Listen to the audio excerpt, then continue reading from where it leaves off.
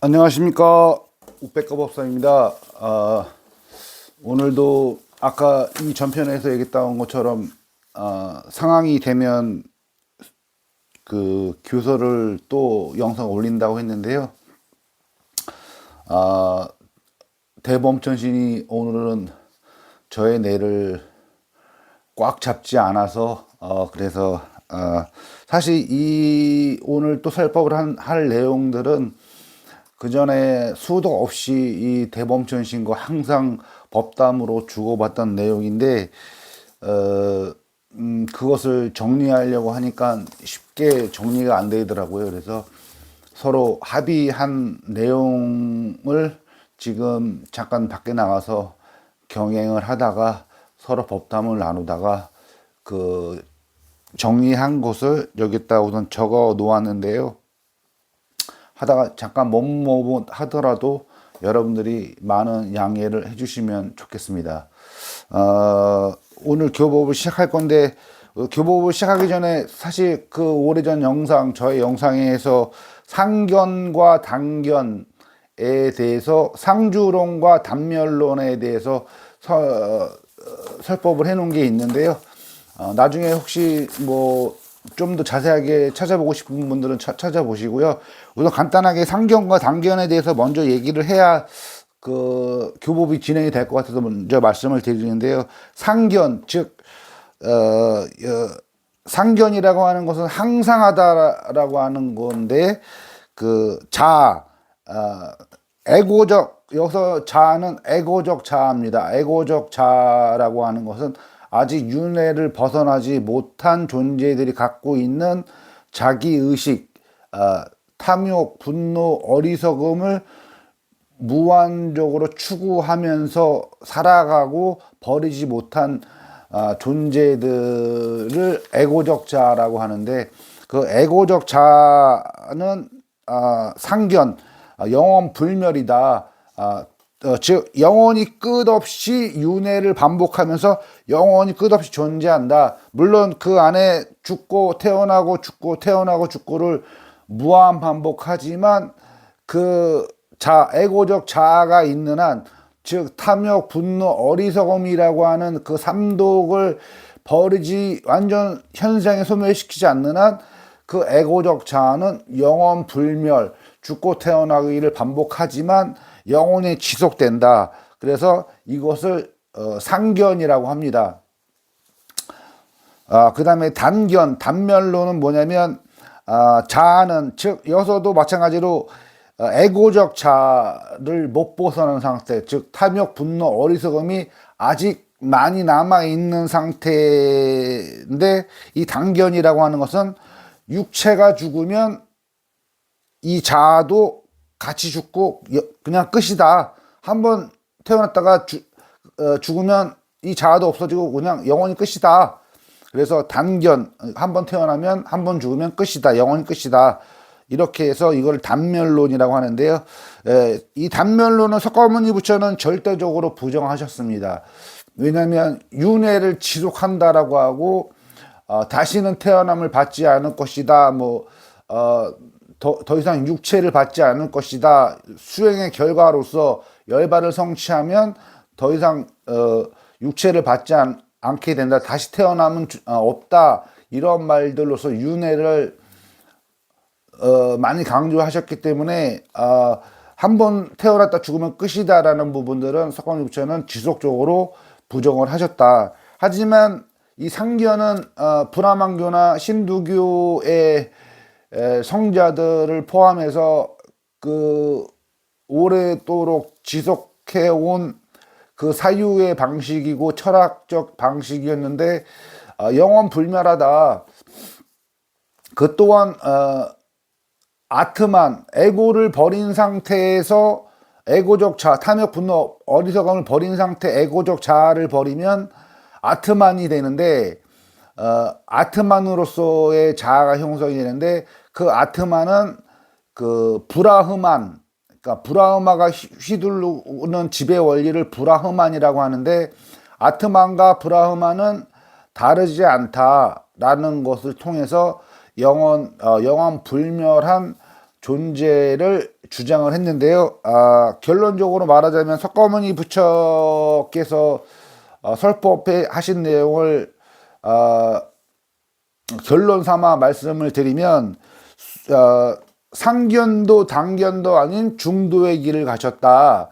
즉 이거를 좀 더 자세하게 설명을 하면 수행을 하지 않고, 즉 윗바사나 수행과 팔정도 수행을 하지 않고 에고적 자아, 즉 탐욕, 분노, 어리석음을 무한히 추구하면서 사성제의 위치, 그러니까 이치를 모르고 감각적 쾌락, 육체적 쾌락, 정신적 쾌락을 쫓는 멍청한 어두운 우매함이 있을 때에는 무조건 상견이다. 태어나고 죽고를 계속 반복하는 윤회를 하게 된다. 상견이다. 하지만 왜 상견도 아니고 당견도 아닌 중도로 설하셨냐면 수행하지 않으면 상견이다. 영원히 윤회를 하게 된다. 상견이다. 하지만 수행을 하게 되면은 사념적 윗바사나 수행과 팔정도 수행을 통해서 에고적 자아, 즉 탐욕, 분노, 어리석음을 무한히 추구하고 갈망하는 에고적 자아를 완전히 소멸시켜서 자기와의 동일시를 벗어나 탈동조화를 성취하면 더 이상 태어남이 없기에 불생, 태어남이 없기에 죽을 것도 없죠. 그래서 불생 불멸. 그래서 아까 영원불멸, 상견의 영원불멸과 혼용해서는 안 된다. 상견의 영원불멸은 내가 원치 않아도 계속적으로 영원불멸하게 태어나고 죽고를 반복하는 거지만, 이 수행을 통해서 상견도 벗어나고 당견도 아까 배척했다고 했죠. 석가모니 부처는 당견도 아닌 이 중간의 길, 상견, 원래는 상견으로 지속 윤회하지만 사념적 윗바사나 수행과 팔정도 수행을 통해서 에고적 자아를 버리면 완전하게 윤회에서 벗어나기 때문에 불생불멸, 다시는 태어남이 없기 때문에 멸함도 없다. 그래서 불생불멸이 된다. 그래서 상견도 벗어나고 당견은 더더욱더구나 벗어나고 이 중간의 상태가 된다. 이쯤이면 여러분들이 충분히 이해하셨을 거라 보고, 제가 왜 이 상견과 당견을 미리 말씀을 드렸냐면, 이 석가모니 부처님께서 중화암경과 자바암경의 여러 경전에 설해져 있는 내용 중에 14무기라는 게 있는데요.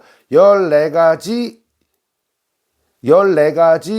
이 침묵으로 일관한, 미소만 지으면서, 그러니까 마하가석과의 대화에서 침묵으로 일관한 그 14가지 질문들의 사항에 대해서 침묵으로 일관하고 미소만 지으시고 더 이상 말씀은 안 하신, 그래서 14무기라고 하는데요. 그것에 대해서 좀 설명을 해보려고 하는데 시간 관계상 다 일일이 다 14무기 여러 내용들은 다 말씀드릴 수는 없겠지만 하나하나 짚어나간다면, 왜 석가모니 부처님이 14무기, 즉 대답을 안 하시고 미소만 지으셨냐 하면은 그것을 그 질문 14가지 질문에 일체 부정도 긍정도 안 하시고 다만 미소만 지으셨다. 그 이유는 초등학생 덧셈 뺄셈만 하는 정도 학생 수준의 질문자에게 위에 14가지 질문을 알게 하고 잘 이해시키고 증명해 보이기 위해서는 박사 수준의 이해력과 수행 경험이 있는 자만이 체화되고 설득되고 체득될 수 있는 형이상학적인 난제이기에 짧은 시간적 제한과 공간적 장애가 많은 상황상 초등학교 플러스 마이너스 수준밖에 못하는 수준의 학생에게 수학 박사나 알 수 있는 형이상학적 난이도의 대답을 해준다고 이해할 수도 체득할 수도 알아들을 수도 믿을 수도 없는 내용이라 오히려 혼란과 괴로움만 더 가중시키기에 미소로서 침묵을 한 것이다. 일체 긍정도 하지 않으시고 부정도 안 하셨다. 그래서 그 이유는, 첫 번째 이유는 이것이다 라고 보시면 되고, 두 번째 이유는 독화살의 비유라는 게 되게 유명한데요. 우리가 일반 인간이나 동물이 독화살에 맞았습니다. 독화살에 맞았으면 빨리 독화살을 먼저, 독이 퍼지기 전에 빨리 빼야지만이 살아날진데, 이 독화살이 딱 맞았을 때 이 독화살은 누가 쐈으며, 이 독화살은 뭘로 만들었으며, 이 독은 무슨 독이며, 이 화살은 어떠한 방향으로 날라, 이것을 사유하고 계속 물음을 통해서 시간을 끌다가는 죽게 된다. 그렇기 때문에 빨리 독화살을 맞았을 때는 빨리 빼내서 죽음과 괴로움을 소멸시켜 주는 것이 급선무이기에, 그 독화살을 빨리 빼내주는 그 역할을 하는 그 법만을 나는 오로지 설하겠다. 그 독화살이 뭐냐면, 그 독이 뭐냐면, 여러분들이 이 수행을 하지 않으면 영원히 현생에서도 괴로움과 불만족을 받지만, 그 수행을 하지 않으면, 사성제 이치에 따라서 수행을 하지 않으면 고진멸도의 도, 그러니까 도가 그 윤회를 벗어나고 모든 괴로움과 불만족을 소멸시키는 방법이 도인데, 그 도를 실천하지 않으면, 사성제 이치대로 도로 실천하지 않으면 영원히 윤회에서 벗어날 수 없고 영원하게 괴로움과 불만족을 수만생 수조만생을 겪어와야 되기 때문에 독화살부터 빼주겠다. 그게 바로 사성제 이치고, 사성제를 빨리 체득하고 빨리 도의 세계로 진입해라. 그리고 실천 수행을 해서 윤회 세계를 벗어나라. 그렇기 때문에 나는 사성제만을 설하지 그 외에 14무기에 대해서는 긍정도 부정도 하지 않고 침묵으로 일관하셨다. 하지만 미소를 지으면서 침묵으로 침묵으로서 일관하셨다라는 것이 전해져 내려오고 경전에 내려져 오는 사실들입니다. 그래서 즉 결론으로 얘기하자면 사념처, 즉 사념처 수행이라고 하는데요. 신수, 신법, 신념처, 수념처, 수념처, 심념처, 법념처, 이 네 가지의 것을, 자기 자신의 것을, 자기 자신을 지속적으로 수동적으로 응시하고 주시하고 관찰하는 그러한 사념처 수행을 또한 현대에서는 윗바사나 수행이라고 하는데요.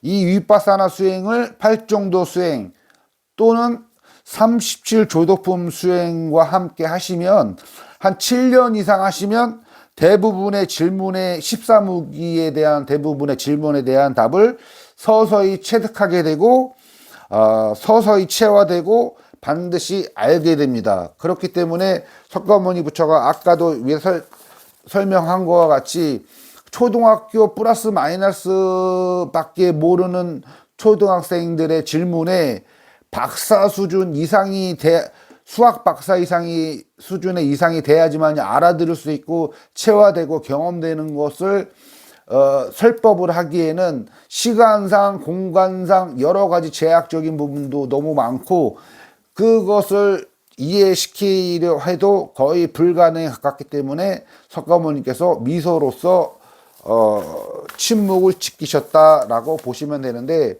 여기서 제가 14무기의 내용을 간단하게 아까도 얘기했던 것처럼, 쪼박 얘기했던 것처럼 사념적 윗바사나 수행과 팔정도 수행을 7년 이상 수행을 하신다면, 좀 더 근기가 있는 분들은 5년 안에도 가능하고 3년 안에도 가능하겠죠. 그거는 이 전 영상에 했던 것처럼 대념처경, 즉 마음 챙김 황리경에 석가모니 부처가 분명히 말씀해 놓으셨습니다. 최소한 근기가 낮은 사람이라도 7년이면, 5년이면, 3년이면, 빠른 사람은 일주일이면 다 불안자, 즉 아나함성자나 아라함성자가 될 수 있다라고 분명하게 설법을 해 놓으셨기 때문에, 이 사념적 윗바사나 수행과 팔정도 수행, 삼실조도품 수행을 7년 이상 하시면 석가모니 부처께서 14가지 14무기 침묵으로 일관한 그 질문들에 대해서 어느 정도 거의 대부분 답을 할 수 있게 되고 체화가 되게 됩니다. 그래서 영상이 약간 길어질 것 같지만 길어질 것 같아서 우선 여기서 끊고 다음 편 영상으로 바로 이어서 하겠습니다. 감사합니다. 우백가 법사였습니다.